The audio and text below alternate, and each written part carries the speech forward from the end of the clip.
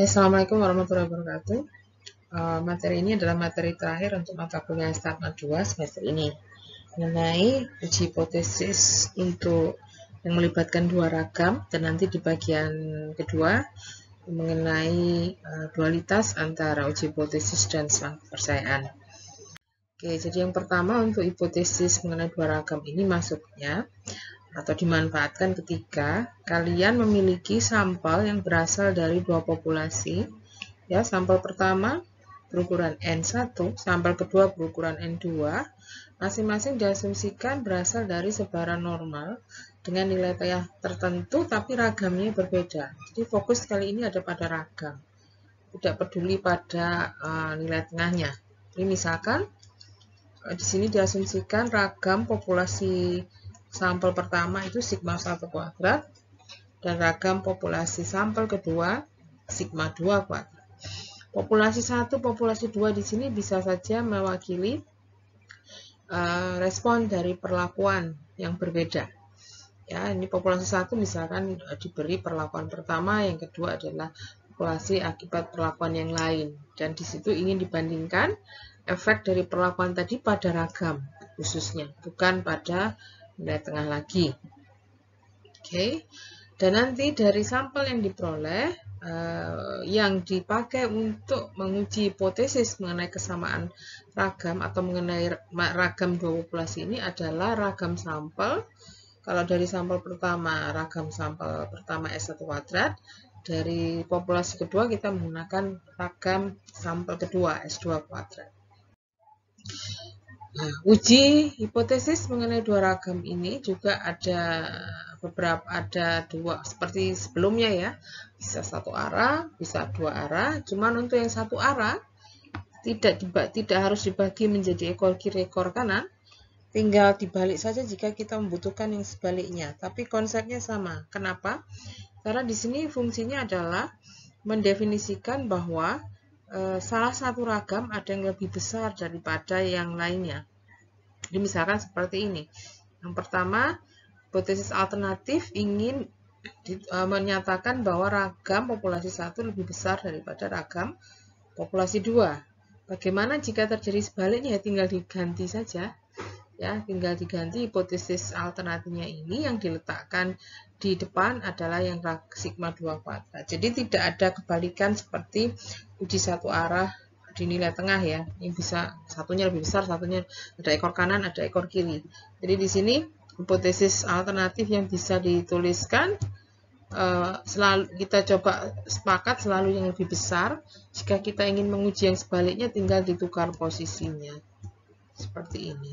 Ya, otomatis kalau ini H1, nanti H0-nya juga akan mengikuti. Jadi seperti ini ya, H0-nya berbunyi ini tulisan saya sama dengan, tapi ini sebenarnya mewakili kurang dari sama dengan. Kalau H1 yang kita gunakan yang ini, berarti nanti H0-nya komplement dari ini kurang dari sama dengan, boleh hanya dituliskan tanda sama dengannya saja. Oke, yang satu arah seperti itu ya. Tidak ada ekor kiri, ekor kanan, hanya komparasi nilai asumsi nilai yang diasumsikan dari ragam dua populasi ini. Oke, nah statistik yang digunakan nanti seperti saya sampaikan adalah ragam sampel pertama dan ragam sampel kedua. Jika memang berlaku yang ini, ragam populasi 1 lebih besar daripada ragam populasi 2, maka secara alamiah ya ragam sampel 1 akan lebih besar daripada ragam sampel 2. Nah, berhubung nanti di sini itu yang dipakai adalah rasio ya. Dan kenapa? Alasannya nanti saya jelaskan setelah ini. Jadi sebagai informasi awal, untuk uji ini yang digunakan adalah rasio. Ya, rasio yang ada di pembilang itu adalah yang kita nyatakan pertama. Jadi ketika kamu menyatakan ragam 1 lebih besar daripada ragam 2, rasio yang dipakai adalah ragam 1 per ragam 2. Yang nilainya besar, sehingga besarnya ini dinyatakan dalam lebih besar sama dengan K. K inilah yang akan kita tentukan. Nah, sama seperti konsep hipotesis dengan nilai tengah sebelumnya. Untuk menentukan K ini, kalian harus tahu distribusi dari statistik yang kita pakai. Nah, statistik yang kita pakai adalah rasio ini. Karena nanti hubungannya dengan penentuan salah tipe 1 dari daerah penolakan tersebut. Ya. Sifat yang dipakai untuk menentukan distribusi dari rasio adalah, ingat ini semester lalu. Jadi ada sebaran yang diturunkan dari sebaran normal.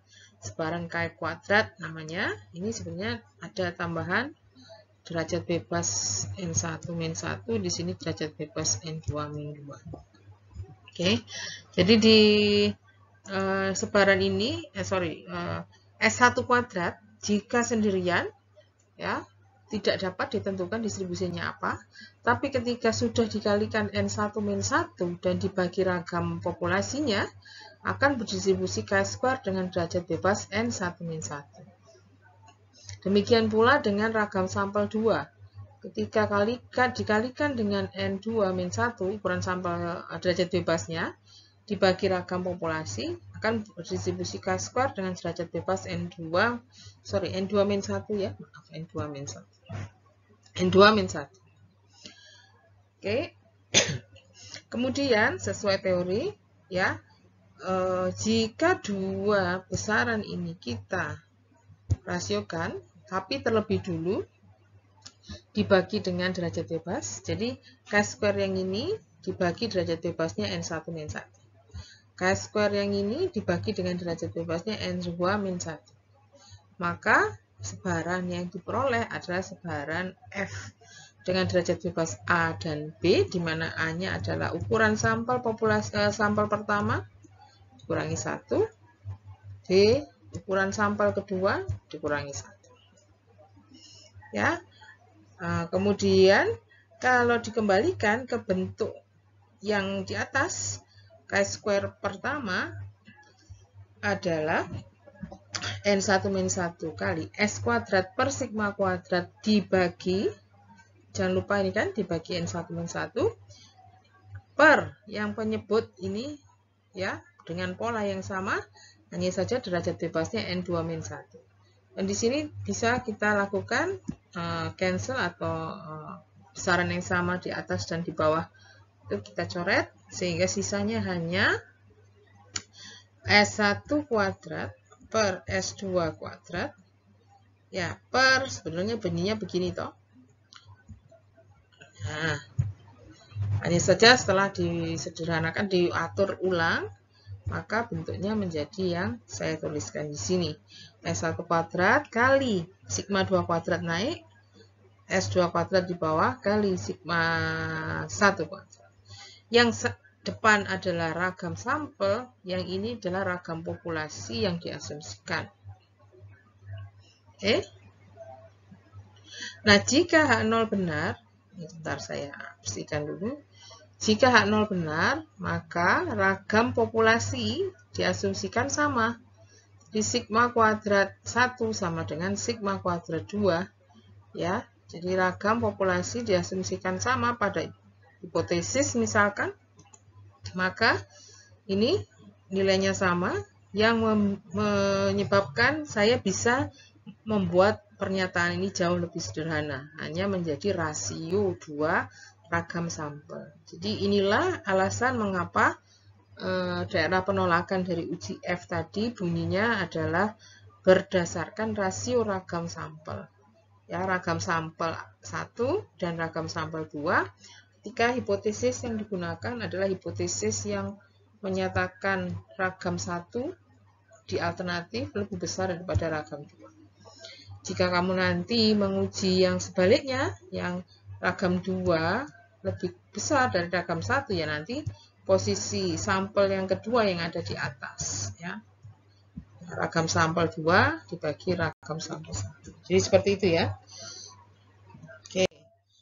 Jadi itu tadi penjelasan mengapa daerah penolakan menggunakan rasio 2 ragam sampel. Rasio 2 ragam sampel akan menghasilkan penolakan jika nilai rasio ini lebih besar dari K. Nah, sekarang bagaimana menentukan K? Ini teorinya ini ya. Jadi ragam sampel ini ketika dirasiokan dan dikalikan dengan ragam populasi dalam bentuk yang kebalikan seperti ini akan berdistribusi F. dengan derajat bebas A dan B adalah A adalah derajat bebas sampel pertama, B adalah derajat bebas sampel kedua. Ini akan saya pakai sifat ini untuk membentuk peluang salah tipe 1 agar sebesar alfa.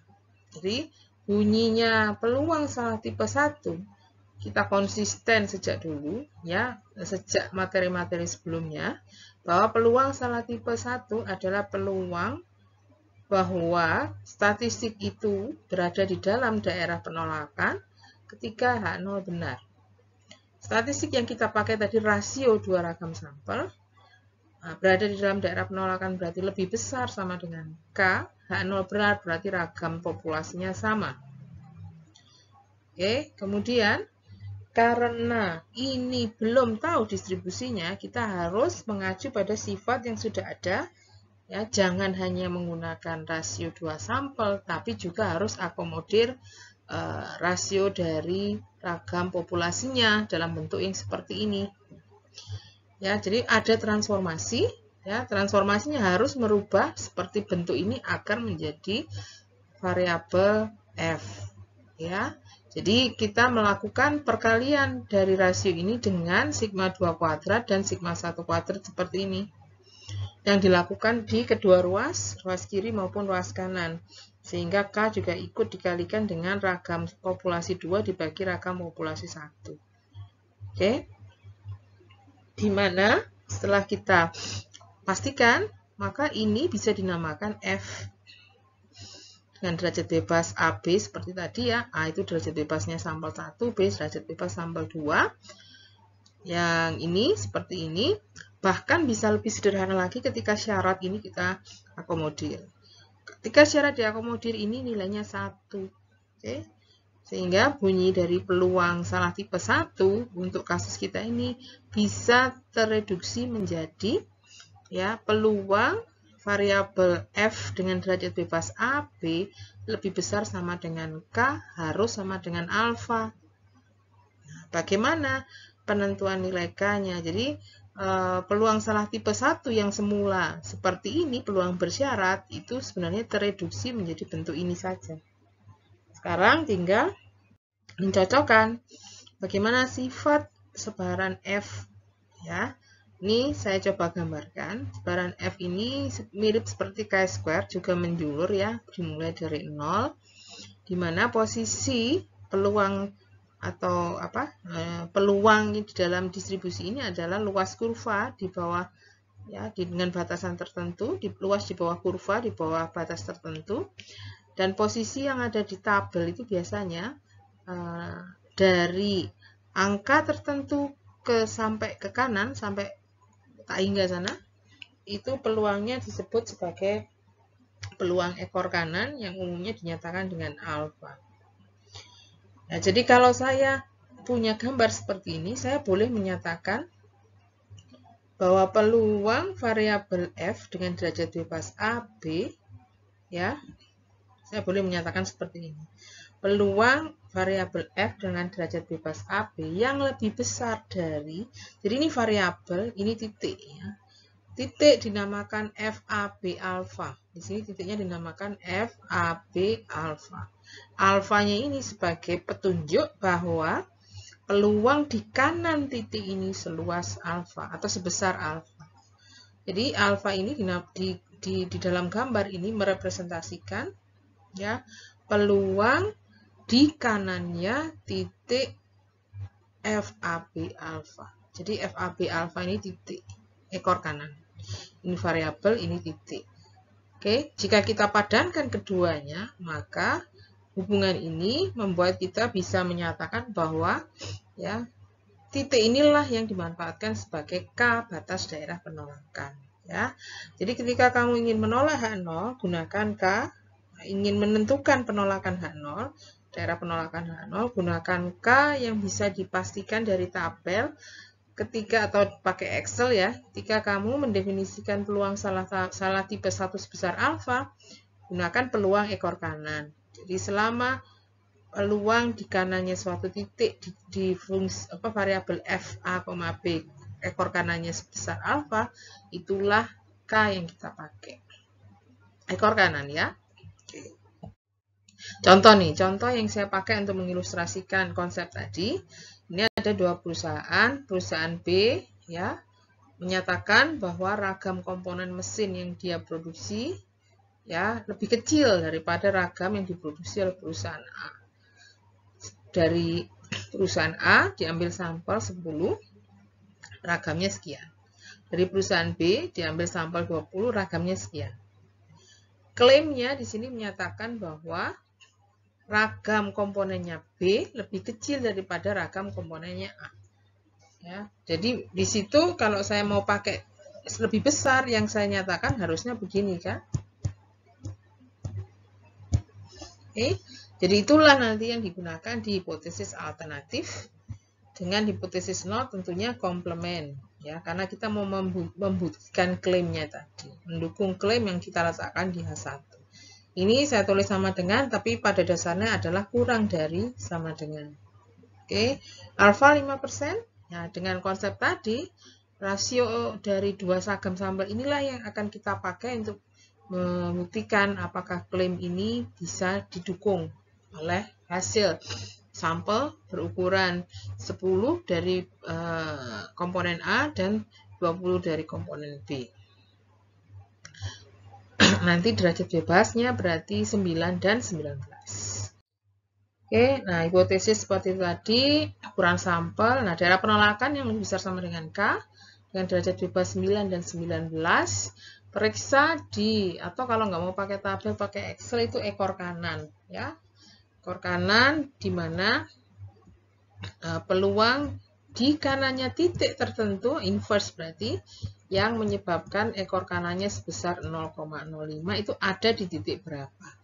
Kalau kamu gunakan tabel ya lihat di derajat bebas 9 dan 19 pada alfa 0,05 berapa titiknya.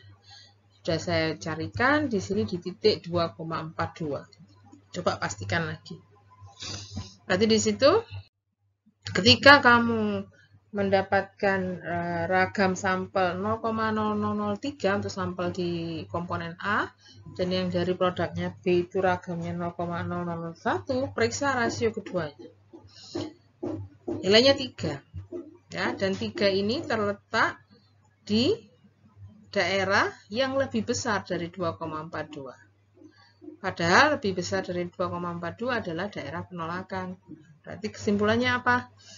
Klaimnya terbukti toh ya bahwa ragam B lebih kecil daripada ragam A, atau sebaliknya ragam komponen A lebih besar dari ragam komponen B. Ya, jadi klaim perusahaan tadi didukung oleh sampel. Oke. Sekarang selain uji satu arah yang tadi saya bilang tidak usah dibahas ekor kiri ekor kanan, tinggal dibalik saja jika kita butuh yang berlawanan ya. Tapi uji dua arah tetap ada. Jadi di kasus uji ragam dua sampel ini, ragam dua populasi ini, ada hipotesis alternatif dua arah. Sama seperti konsep sebelum-sebelumnya, kalau dua arah ya kita harus punya dua batas.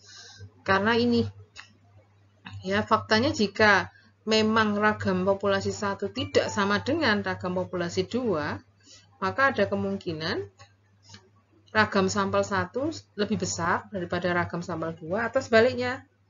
Ragam sampel 1 kurang dari ragam sampel 2, kan seperti itu. Ya, jadi batasnya ada 2. Kalau tadi kita pakai rasio, tetap kita gunakan rasio di sini. Ini S1 kuadrat sebagai pembilang, S2 sebagai penyebut, sama ya. Cuman konsepnya yang lebih besar, ini artinya kita pakai lebih besar sama dengan batas tertentu, kita namakan K2. Yang ini yang kurang dari, kita gunakan rasio kurang dari K1. Daerah penolakan akhirnya berbunyi seperti uji dua arah pada umumnya. Kurang dari K1 atau lebih dari K2, hanya saja yang dipakai di sini adalah rasio ragam dua sampel. Oke. Nah, ketika dua arah, batasnya 2, K1 dan K2, yang sama kita juga pakai konsep alfa. Ya, alfa cuma nanti kita coba elaborasi, sederhanakan, sesuaikan dengan distribusi yang tepat. Jadi di sini distribusinya tetap distribusi F. Oke, jadi di sini coba daerah penolakan bunyinya begini. Kurang dari K1 lebih dari K2, H0 benar, ragam 1 populasi sama dengan ragam 2. Kemudian, untuk membawanya ke distribusi F, ya, jangan lupa, sebelum itu deh, ini atau ini bisa dipecah, ya, ini dijumlah sendiri, dibentuk sebagai peluang sendiri, plus yang lebih besar peluang terpisah. Oke, masing-masing harus alfa per 2 nanti hasilnya, karena totalnya alfa. Oke, ini peluang alfa per 2, ini peluang alfa per 2. Kemudian, ketika kita sudah tahu ini kiri kanan peluangnya alfa per 2, nanti mestinya sama seperti konsep yang satu arah tadi, ini nanti akan ditransformasi menjadi sebaran F sesuai sifatnya. Tapi sebelum itu saya kenalkan dulu gambar ini, ya. Saya tadi gambarnya kan hanya ekor kanan ya. Nah, sekarang sebaran F yang saya gambar di sini ada batas 2 ekor. Jadi ekor kanan luasnya alfa per 2, yang ekor kiri luasnya alfa per 2, yang di tengah 1 min alfa. Untuk yang ekor kanan konsepnya sama seperti tadi. Jadi F dengan variabel F dengan derajat bebas A dan B, ya, akan lebih besar dari satu titik tertentu yang luasnya alfa per 2 atau peluangnya alfa per 2, yang luasnya alfa per 2, ya, jika titiknya ini didefinisikan sebagai titik FAB alfa per 2. Jadi penamaan ini sudah umum ya, sudah umum. Atau kalau kamu mau pakai tab Excel, ya kamu cari peluang dari inverse peluang yang ekor kanannya alfa per 2 berada pada titik mana. Nah, sesuai penamaan, ya, sesuai di buku-buku teks penamaannya, titik itu adalah titik FAB dengan derajat bebas AB alfa per 2. Ingat alfa per 2 karena tadi ini dibagi 2 ya. Sama dengan uji satu arah yang pertama tadi sebenarnya ini. Hanya saja di sini kita gunakan alfa per 2. Itu kalau yang ekor kanan, yang batas kanan ya. Jadi nanti untuk batas kanan ini kita gunakan untuk membentuk yang ini nanti. Ya. Untuk batas kiri perlu sedikit elaborasi. Ya, jadi di sini ada sifat istimewa dari sebaran F. Jadi ingat tadi ini peluang ekor kanan kan bunyinya begini ya. Nah, sebaran F itu punya sifat istimewa. Ini juga sudah pernah saya jelaskan, atau ya siapapun yang mengajar di Statmat 1 sudah pernah dibahas ini. Kalau sebaran F itu sifat istimewanya adalah ketika di inverse dia juga membentuk sebaran F.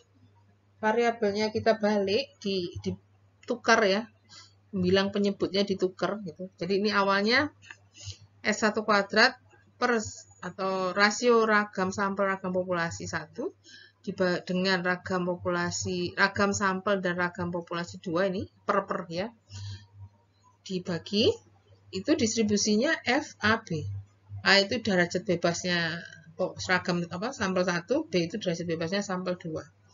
Tapi ketika posisinya saya tukar, yang di atas itu yang sampel 2, ragam sampel, ragam populasi 2, ragam sampel, ragam populasi 2, maka hasilnya juga distribusi F, tapi derajat bebasnya berpindah atau kita tukar. Yang tadinya A, B menjadi B, A. Seperti itu sifat istimewanya. Jadi baik F maupun F inverse sama-sama berdistribusi F, hanya saja derajat bebasnya yang dibalik, posisinya ditukar. Oke, nah berarti saya bisa melakukan sesuatu di sini. Ini semua, nah, alfa per 2-nya tetap jangan diapa-apakan. Yang ini saya inversekan di seluruhnya. FAB saya inverse, ya. Jadi bunyinya FAB inverse lebih besar, berubah menjadi kurang dari. Karena kebalikan ya, kita inversekan itu berarti tanda lebih besar menjadi kurang dari. Kamu tahu kalau angka 3 itu lebih besar dari 2, sepertiga akan kurang dari setengah. Ini kan faktanya. Jadi mudahnya begitu untuk mengingat. Sehingga jika kalian melakukan inverse, maka tanda juga berubah. Yang di sebelah kiri tanda menjadi FAB inverse, yang di sini juga titiknya di inverse. Ini titik kan tadi ya, titiknya di inverse. Variabel F ketika di inverse, dia akan berubah menjadi variabel ini. Ya, kalau titiknya tetap titik. Tapi kalau variabelnya ketika dilakukan inverse dari variabel yang namanya F dengan derajat bebas AB, ketika di inverse namanya berganti menjadi F dengan derajat bebas BA. Kurang dari titik, titiknya inverse atau 1 per. Inverse itu maksudnya 1 per F titik F AB alfa per 2. Alfa per 2-nya tetap di sini, tidak berubah. Tapi nanti karena saya butuhnya gambarnya kan gambar F derajat bebas AB. Jadi gambar yang tadi ada di slide sebelumnya itu adalah gambar distribusi F dengan derajat bebas AB. Hubungan ini boleh saya pakai, tapi harus sesuai dengan gambar tadi. Ya, jadi hubungan ini akan saya pakai agar sesuai dengan gambar ini ya saya harus menyatakan F-nya FAB otomatis yang titiknya juga berubah ya menjadi F. Kalau tadi AB di sini berubah menjadi BA. Alfa per 2 tetap yang dicari inverse. Ya, jadi hubungan ini akan berlaku pula dengan walaupun saya menukar posisi derajat bebas. Oke. Tujuan dari pernyataan ini adalah mencari ekor kiri. Yang ekor kiri ini. Oke, kan kurang dari ini loh yang saya butuhkan. Kenapa harus ditukar derajat bebasnya? Karena gambar saya tadi yang FAB. Padahal ini penurunan saya menjadi FBA, kan nggak boleh. Beda gambar nggak bisa. Artinya beda variabel. Ini variabelnya harus kita kembalikan sama seperti variabel yang kita butuhkan. F dengan derajat bebas AB. Cuman strukturnya kita samakan dengan hasil elaborasi kita tadi. Oke. Oke, jadi kembali ke gambar ini.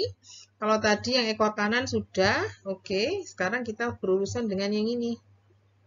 Nah, sesuai elaborasi kita tadi, ekor kiri ini bisa dinyatakan sebagai peluang F, variabel F dengan derajat bebas AB, akan sama dengan alfa per 2, peluang F dengan derajat bebas AB kurang dari sesuatu, akan sama dengan alfa per 2 jika sesuatu atau titiknya ini ya kalian cari dari 1 per FBA alfa per 2. Jadi kamu cari dulu di tabel FBA alfa per 2, hasilnya berapa? Jadikan 1 per dari hasil itu. Itulah batas ekor kiri sebaran F yang kita butuhkan. Sebetulnya masalahnya beres kalau kamu pakai Excel. Kalau kamu pakai Excel nggak usah bolak-balik gini, mudah. Di Excel ya tinggal kamu cari, kalau yang tadi right tail, kalau yang ini kumulatif. Kalau yang tadi ekor kanan inverse supaya peluangnya 0,025, misalkan alfanya 5% ya. Kalau yang ini yang kamu pakai langsung ekor kiri. Nah, peluang ekor kiri atau kumulatif, peluang kumulatif supaya peluangnya 0,025 juga itu ada di titik berapa, inverse juga yang dipakai. Tapi berhubung kadang kita terbatas hanya menggunakan tabel, ya kamu juga harus tahu hubungan ini. Jadi nanti kalau misalkan kamu hanya mendapatkan akses ke tabel, cara mencari ekor kiri ini adalah titik yang ekor kirinya seluas alfa per 2, cara mencari, cari dulu F dengan derajat bebas yang terbalik dari yang dibutuhkan. Kalau yang dibutuhkan derajat bebasnya AB, kita butuhnya BA, bacanya di BA, alfa per 2, hasilnya berapa, diinverskan. Gitu ya. Oke, jadi kalau digabung hasilnya, ya setelah transformasi mestinya, jadi di sini transformasi yang dimaksud adalah merubah bentuk ini supaya menjadi fungsi F, menjadi variabel F. Di F ini namanya F, AB, ini juga menjadi FAB, kemudian karena ragam sama ini bernilai 1, ya, sehingga simply seperti ini.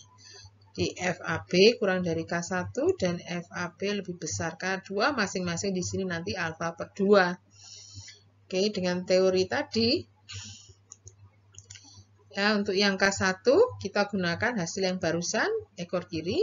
Untuk yang K2 yang ekor kanan. Kalau ini nggak masalah, biasa aja. Ya. Nah, berarti K1 ini cara mendapatkannya seperti tadi. K2 yang FAB alfa per 2. Ada dua batas. Jika kalian menentukan rasio ragam sampel nilainya kurang dari 1 per FBA alfa per 2, tolak, atau jika rasio ragam sampelnya lebih besar dari FAB alfa per 2 juga ditolak.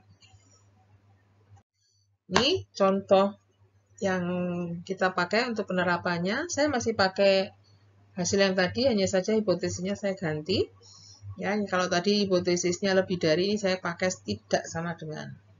Ya, dengan statistik yang sebenarnya sudah dihitung kan tadi statistiknya 3. Jadi rasio 2 ragam sampel tadi sama dengan 3. Jadi kita coba konsistenkan dengan daerah penolakan di sini. Jadi dengan A9 B19 coba kalau kalian cek ketika menggunakan tabel, cari F9 19 0,025 hasilnya akan 2,88. Untuk menentukan K1 nggak bisa langsung, kamu harus cari dulu di tabel yang punya F19 9, jadi dibalik tetap 0,025. Ya, nilainya 3,68 tapi bukan 3,68 yang dipakai. 1 per 3,68. Hasilnya 0,27. Kalau mau pakai Excel tinggal ini peluang ekor kanan, inverse peluang ekor kanan, kalau ini inverse peluang kumulatif. Dan masuk akal K1 posisinya lebih di kiri daripada di K2 ya. Oke, jadi daerah penolakannya adalah jika rasio ragam sampel itu kurang dari 0,27 atau ketika rasio 2 sampel tadi lebih besar dari 2,88. Dan milik kita 3 tadi rasionya. Ya, 3 ada di kanannya 288, berarti memang nilai tadi menunjukkan bahwa sampel berada di dalam daerah penolakan. Ya, yang membawa ke dukungan bahwa pernyataan ragam produksi 2 perusahaan tadi tidak sama. Oke, seperti itu. Materi lanjutan, seperti yang tadi saya janjikan, selain ragam 2 sampel, saya akan membawa kalian ke konsep selang kepercayaan yang sebenarnya selama ini sudah pernah kalian pelajari, tapi di sini saya memastikan bagaimana pembentukan selang kepercayaan ini dan dualitas antara selang kepercayaan dengan uji hipotesis. Karena pada dasarnya jika selang kepercayaan itu sudah diketahui, orang itu ketika melakukan pengujian hipotesis itu bisa menyesuaikan. Kalau memang ingin menolak H0, hipotesisnya itu bisa disesuaikan sebenarnya. Tapi kadang-kadang percobaan atau penelitian yang memang dilakukan orang ya karena nggak tahu, jadi hipotesisnya diformulasikan dulu baru membentuk selang kepercayaan. Tapi sebenarnya jika kalian sudah paham konsep pembentukan selang kepercayaan, hipotesis itu bisa kalian coba sesuaikan dengan selang kepercayaan yang terbentuk. Ya. Oke. Misal, ini saya pakai notasi general umum, parameter yang diuji itu bunyinya theta. Uji ekor kiri ekor kanan, ekor kiri, 2 arah ya. Seperti yang kalian pelajari sebelumnya. Dan batas daerah penolakan yang ekor kanan, misalkan ini basisnya masih menggunakan sebaran normal baku ya. Yang sebenarnya konsepnya sama jika kalian menggunakan sebaran T, misalkan ketika asumsinya ukuran sampel kecil, ragam tidak diketahui, boleh pakai notasi ini, tinggal ganti dengan notasi sebaran T. Tapi ini untuk pemahaman kita gunakan dulu sebaran normal baku.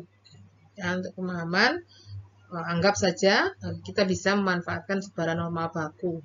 Dengan catatan misalkan ukuran sampel besar atau bahkan ragam diketahui, ragam populasi diketahui, silakan masih bisa pakai Z. Normal baku.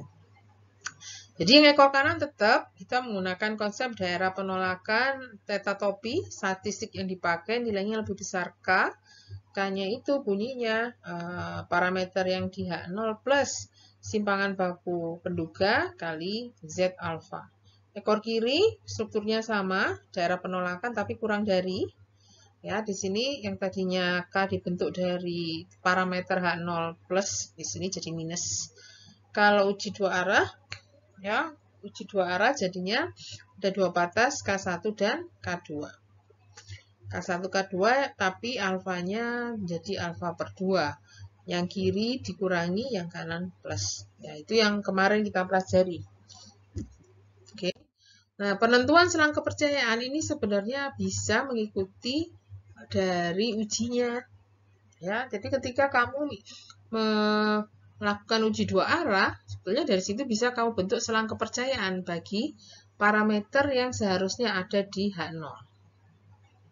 Ya, jadi di sini kita menganggap bahwa variabel yang kita mau pakai ya, atau nanti yang hubungan parameter yang variabel yang berhubungan dengan parameter yang mau kita uji itu tahu sebarannya. Misalnya di sini tadi normal baku ya. Hipotesis sudah ditentukan ya, dua arah tadi misalkan, sehingga daerah penolakannya sudah kita ketahui seperti ini. Kurang dari K1, lebih dari K2. Bentuknya min plus alfa per 2, sebaran yang dipakai karena ekor kiri, ekor kanan. Ya. Kalau daerah penolakan kalian menentukan ini, ya, berasal dari peluang salah tipe 1 yang sebesar alfa. Ingat ya waktu itu. Tadi aja barusan juga begitu ya, untuk uji yang dua ragam. Maka di sini kita bergerak dengan sebaliknya. Bukan daerah penolakan, tapi daerah penerimaan. Jadi kalau daerah penolakan yang kurang dari dan lebih dari, daerah penerimaan berarti diantaranya. Jadi nilai penduga theta akan diterima jika berada di K1 dan K2. Pokoknya begitu, ya. Kemudian K1-nya kamu ganti dengan notasi yang dinyatakan di sini. K2 juga. Tinggal substitusi aja.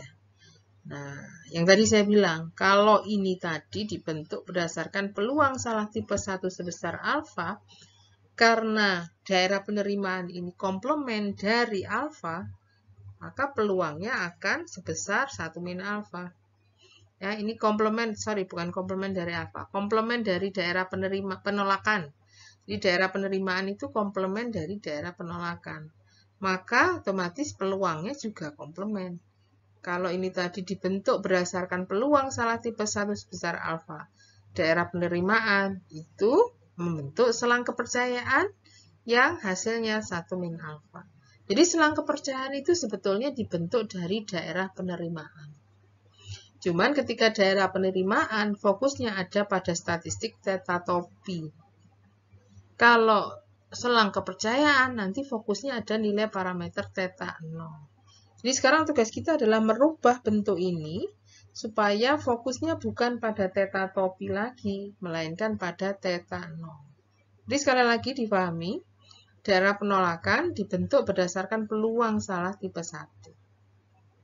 Alfa. Daerah penerimaan komplement dari daerah penolakan, peluangnya juga komplement 1 min alfa. Daerah penerimaan ini kita rubah supaya menjadi selang kepercayaan. Selang kepercayaan bunyinya selang kepercayaan bagi theta 0. Jadi nanti yang di tengah harus theta 0. Caranya gimana? Ini saya jelaskan step by step. Yang pertama, theta 0-nya dibawa ke tengah. Ya. Jadi jangan ada di sini dan jangan ada di sini. Caranya dikurangi.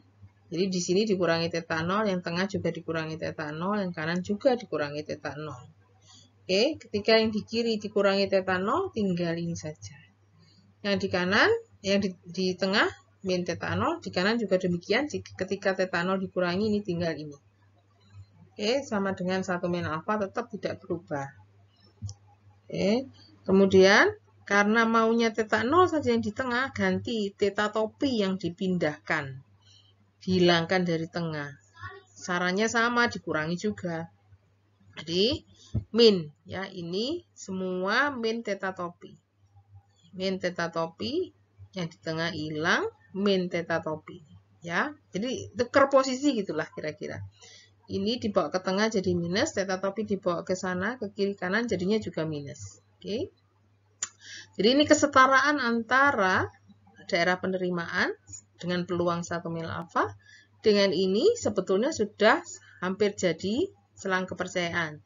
Tapi bentuknya masih aneh karena yang di sini masih minus theta 0. Oke. Nah, supaya tidak minus, kalikan dengan min 1. Kalikan dengan min 1 di semua sisi yang ada di dalam peluang ini. Yang di kiri kalau dikali min 1 ini jadi plus, plus.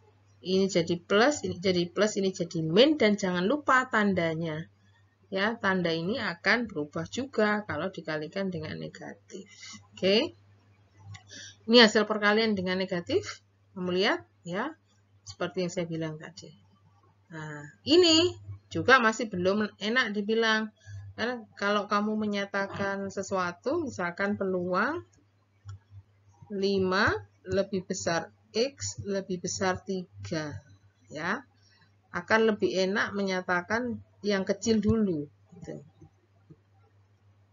Gini. Ya. Nah, selang kepercayaan seharusnya yang kecil dulu. Makanya yang terakhir kita dapat ini konsepnya jadi seperti ini, terbalik. Yang lebih besar dulu yang dinyatakan. Ini plus ini lebih besar daripada yang minus. Oke. Jadi di yang theta plus dan theta min. Theta plus itu lebih besar daripada yang theta min. Jadi kalau mau jadi selang kepercayaan, ditukar posisinya tanpa merubah nilai peluang. Jadi ini yang batas bawah, ini yang batas atas. Oke. Biasanya pernyataannya dalam bentuk seperti ini. Ini batas bawah, ini batas atas. Oke, contoh nanti kita pakai ya. Jadi selang kepercayaan yang berasal dari uji dua arah itu batas bawahnya adalah selang kepercayaan bagi theta 0 loh ya, bagi parameter. Parameter ini nanti yang ditaruh di hipotesis 0. Isinya atau nilainya plus minus theta topi min simpangan baku theta topi kali Z alfa per 2, batas bawah, batas atasnya theta topi plus. Plusnya sama, suku yang sama. Jika theta 0 ini kamu menggunakan theta 0 yang nilainya di dalam selang kepercayaan, pasti H0-nya diterima. Oke. Tapi jika tujuan penelitianmu itu mau menolak H0, kamu harus menentukan nilai theta 0 yang posisinya tidak di sini. Harus di luar selang kepercayaan. Jadi dualitasnya di situ. Jadi uji hipotesis, pembentukan daerah penolakan, kemudian fokusnya pada theta, pada statistik, theta topi. Dari situ bisa diturunkan daerah penerimaan, fokusnya juga masih pada theta topi. Dengan peluang 1 min alfa. Dari daerah penerimaan bisa dikonvert menjadi selang kepercayaan dengan fokus pada theta 0. Oke. Nah, ketika selang kepercayaan ini diketahui, theta 0 itu bisa kita periksa posisinya. Jika kamu memformulasikan H0 dengan theta 0 yang ada di sini, maka hipotesismu pasti diterima H0. Sebaliknya tidak. Ini contohnya bisa kamu lihat. Ini saya belum tahu ya seperti apa selang kepercayaannya. Saya hanya mencoba menghipotesiskan mu sama dengan 15 melawan tidak sama dengan. Berarti itu dua arah, ya, uji dua arah. Diasumsikan Y itu berasal dari sebaran normal yang nilai tengahnya 15 dengan ragam 9. Tapi saya menggunakan sampel berukuran 36. 36 ini cukup besar, ya, tapi juga terbantu di sini ragam diketahui. Jadi saya nggak masalah mau pakai sebaran normal baku. Dengan rata-rata 17. Nah, berarti di sini rata-rata sampelmu ini sebenarnya dianggap berasal dari distribusi normal juga. Dengan nilai tengah sama 15, tapi ragamnya di situ ada pembagi ukuran sampel. Ingat ini teorinya. Daerah penolakan, ya, daerah penolakan kita bentuk berdasarkan batas K1, K2 dengan menggunakan sifat Y bar. Karena statistiknya adalah Y rata-rata. Y rata-rata kurang dari K1 atau Y rata-rata lebih dari K2, Jadi jangan lupa H0 menyatakan 15. Jadi di sini K1 itu 15 min, ya, sigma Y bar ini yang 3/6. Ya, jadi kita menggunakan ragam dari rata-rata itu akar dari ini, ya, 3/6 setengah.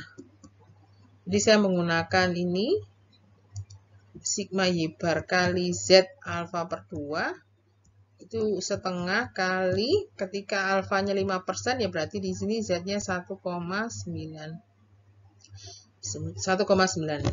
ya. Jadi ketika dibagi 2 dan di sini 15 diinputkan, kalian mendapatkan K1 sebesar 14,402. Ketika kamu menggunakan 15 di sini plus, hasilnya 15,98. Oke. Itu daerah penolakannya. Nah, sekarang dari teori yang tadi, saya menggunakan membentuk daerah selang kepercayaan. Selang kepercayaan bagi mu 0. Tapi mu 0 ini selang kepercayaan bagi mu 0 ini kita bentuk. Jadi ketika kamu mempunyai, jadi istilahnya di sini kamu memiliki sampel dengan rata-rata 17. Kita mencoba membentuk, ya, sampel dengan rata-rata 17 ini, ya, kemungkinan posisi mu 0-nya di mana. Jadi selang kepercayaan intinya seperti itu. Jadi berusaha membentuk, ya, kemungkinan posisi mu 0 dalam bentuk batas bawah dan batas atas, ya, yang paling mungkinnya tadi ukurannya menjadi persentase ini 95% itu kan mungkin, ya.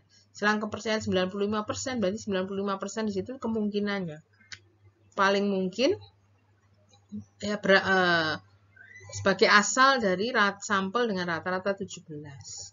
Nah, tugas kita di sini adalah menentukan batas bawah dan batas atas dari kemungkinan tadi, ya. Oke, jadi 17 dipakai untuk ini menyajikan Y rata-ratanya. Oke.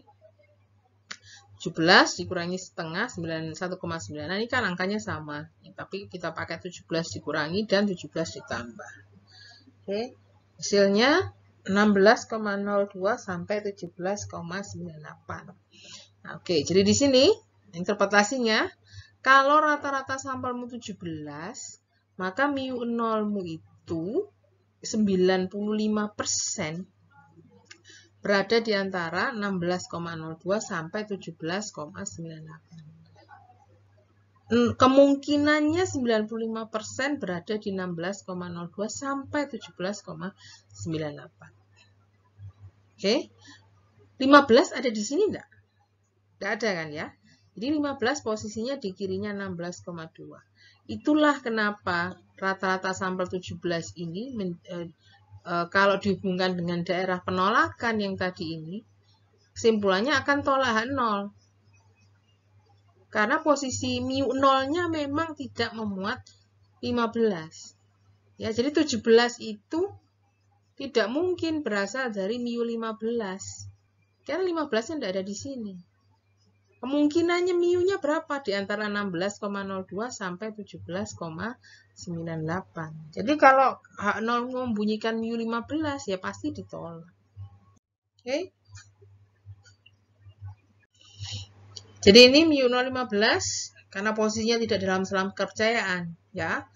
Makanya tolak. Oke. Kemudian, bagaimana jika saya menggunakan mu yang posisinya ada di sini? Saya hanya bilang aja, nggak usah pakai uji hipotesis, nggak usah pakai batas selang kepercayaan, nggak usah pakai batas daerah penolakan. Silahkan dicoba sendiri, pasti hasilnya akan terima. Ya, ketika saya menggunakan mu 16,5 kan ada di sini, ya. Silahkan diperiksa sendiri daerah penolakannya, pasti hasilnya terima. Ya. Di sampel 17 ini kalau kamu periksa daerah penolakan dengan mu 16,5, daerah penolakan kan akhirnya berbentuk yang ini 16,5 min Z alfa kali sigma per akar N tadi. Yang kedua yang 16,5 plus Z alfa per 2 ya. Z alfa per 2 sigma per akar N. Coba aja kamu hitung sendiri. Pasti hasilnya terima nol. Kalau mu-nya berbunyi 16,5. Kalau yang tadi mu-nya berbunyi 15, itu rumus ini dihitung pakai 15 mu nolnya ya. Jadi seperti itu ya. Makanya tadi saya bilang, jika peneliti tahu konsep selang kepercayaan dan dia ingin menolak atau tujuannya itu menerima atau menolak nol sudah dari awal ingin dipastikan menolak atau ingin dipastikan menerima, sebetulnya mudah, dia tinggal nyeting aja mu atau parameter yang dihipotesiskan sesuai dengan selang kepercayaan. Tapi ada kalanya memang tidak mudah, pembentukan selang kepercayaan itu didahulukan. Ya, dan kadang ada prosedur standar di mana suatu uji tertentu ya hipotesisnya bunyinya seperti itu, tidak bisa kita rubah semaunya sendiri. Ya. Itu yang dua arah. Ya. Bagaimana dengan uji yang satu arah? Bagaimana pembentukan selang kepercayaannya atau dualitas selang kepercayaannya? Ini coba yang ekor kanan yang berasal dari pembentukan daerah penolakan lebih besarkah? Kalau satu arah plus tapi Z alfa ya yang dipakai bukan alfa per 2. Di konsepnya sama, kita mulai dari daerah penerimaan. Kalau penolakan lebih besar, diterima yang kurang dari. Sama dengan saya ikutkan karena continue ya di sini ya, masalah. Oke, ini daerah penerimaan, kurang dari. Nilai K saya masukkan ke sini. Kemudian, kalau daerah penolakan dibentuk berdasarkan peluang salah tipe 1 alfa, daerah penerimaan komplement. Jadi peluangnya 1 min alfa, komplemennya. Lalu kita set, kita ubah supaya posisi theta 0 itu pindah ke sini menjadi fokus. Jadi minus theta 0. Theta topi minus theta 0, yang kanan tinggal ini saja, perkalian simpangan baku dan Z. Kemudian theta topi dipindahkan ke kanan, dikurangi. Ya, min theta topi, jadi tinggal min theta 0 saja, min theta topi pindah ke kanan. Habis itu dinegatifkan. Oke. Kalikan min 1, kalikan min 1, ini tanda berubah. Kalikan min 1 jadi theta 0, lebih besar. Kalikan min 1, ini jadi plus, yang jadi minus. Dah. Selang kepercayaannya bunyinya gimana? Ini kan lebih besar sama dengan ya. Jadi selang kepercayaan sekarang bagi theta 0, tapi kok ekor kanan saja. Berarti memang di kasus ini selang kepercayaan juga hanya batasnya 1. Yang satunya tak hingga. Lihat nih. Ya, jadi ini nilai ini menjadi batas bawah. Karena lebih besar, berarti nilai theta 0 di uji ekor kanan ini boleh sampai tak hingga. Ya, uji ekor kanan, theta 0-nya itu boleh sampai tak hingga kalau mau menghitung selang kepercayaan. Oke. Jadi nanti ketika kamu ingin melakukan pengujian ekor kanan, pembentukan parameter yang dinyatakan atau pernyataan parameter pada H0 bisa disesuaikan dengan selang kepercayaan ini. Ketika theta 0 yang kamu nyatakan di H0 berada di selang kepercayaan ini, ya pasti nanti H0-nya diterima. Ya, jika tidak, pasti tolak. Oke, kembali ke contoh yang tadi, yang saya modif ujinya jadi uji ekor kanan. Uji ekor kanan, saya bentuk dulu dengan mu 0,15, batasnya 15,82. Ya, 17 ini posisinya di kanan 15,82, berarti sementara di sini tolak 0. Kenapa sih kok tolak? Kita periksa dari selang kepercayaannya. Karena ini uji dua arah, uji ekor kanan, maka selang kepercayaan juga harus pakai yang tadi. Jangan pakai yang dua arah, nggak cocok nanti. Ya, uji satu arah ekor kanan, selang kepercayaan yang dipakai adalah yang bentuknya seperti ini tadi. Kita buat batas bawah. Kanannya sampai tak hingga.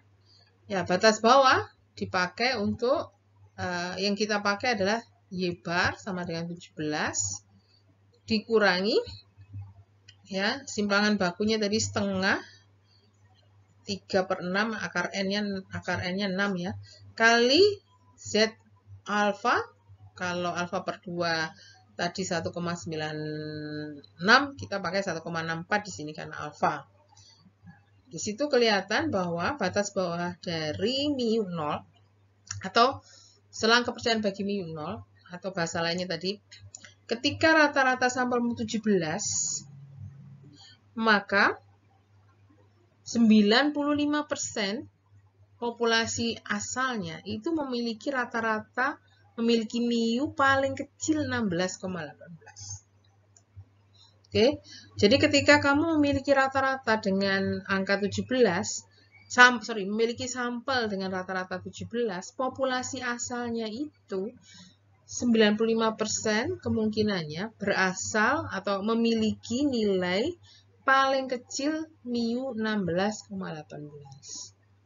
Jadi tidak mungkin atau hampir tidak mungkin atau kemungkinannya cuma 5%, mu-nya 15. Karena 15 itu memang tidak masuk ke sini, maka benar ini tolak 0. Jadi kemungkinannya mu paling kecil 16,18 jika kamu memiliki sampel dengan rata-rata 17. Oke, jadi masuk akal. Kenapa 0,15 tadi ditolak?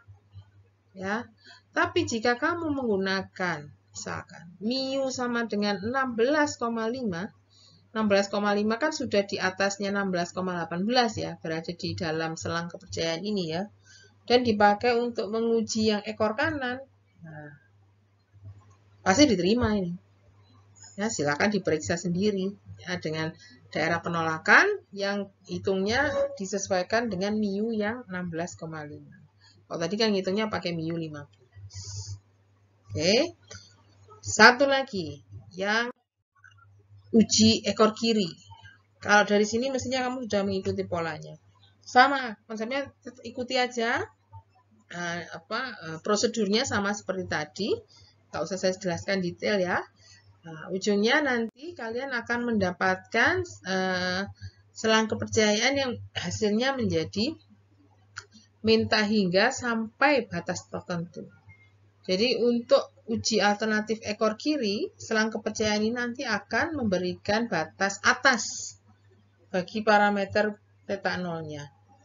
Jadi di sini kamu akan diberikan jika kamu memiliki sampel dengan theta topi tertentu, maka populasi asalnya itu memiliki parameter theta 0 yang nilainya paling tinggi ini.